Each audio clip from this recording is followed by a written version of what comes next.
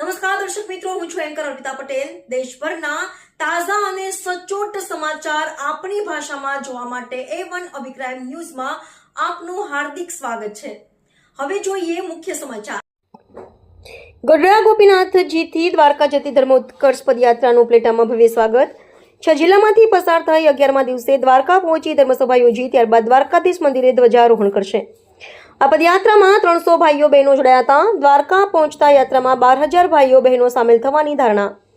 પદયાત્રીઓને કોઈ મુશ્કેલી ન પડે તે માટે 35 ટ્રેક્ટર, 4 આઈસર અને 30 પાણીના ટેન્કર સાથે જોડાયા છે।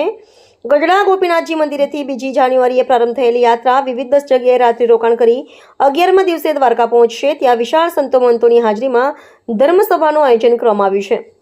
ધર્મોત્કર્ષ પદયાત્રા ઉપલેટામાં આવી પહોંચતા સ્વામિનારાયણના હરિભક્ત જગદીશભાઈ પાદરિયા, શૈલેષભાઈ પાદરિયા પરિવાર દ્વારા પદયાત્રા પર પુષ્પવર્ષા કરી ભવ્ય સ્વાગત કરાયું હતું।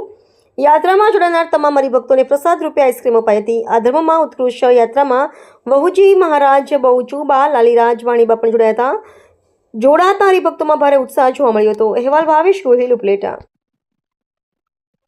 જય સ્વામિનારાયણ મિત્રો, મારું નામ છે દિવ્યેશ જગદીશભાઈ પાદરિયા।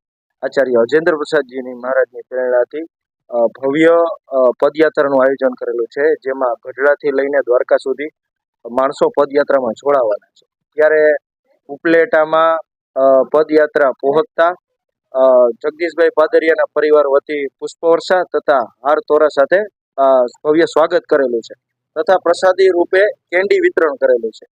આ પદયાત્રાનો મુખ્ય હેતુ વ્યસન મુક્તિ તથા સનાતન ધર્મ માટે કરેલું છે અને દ્વારકા પહોંચતા આ સંઘ આશરે 12,000 માણસો સાથે જોડાશે।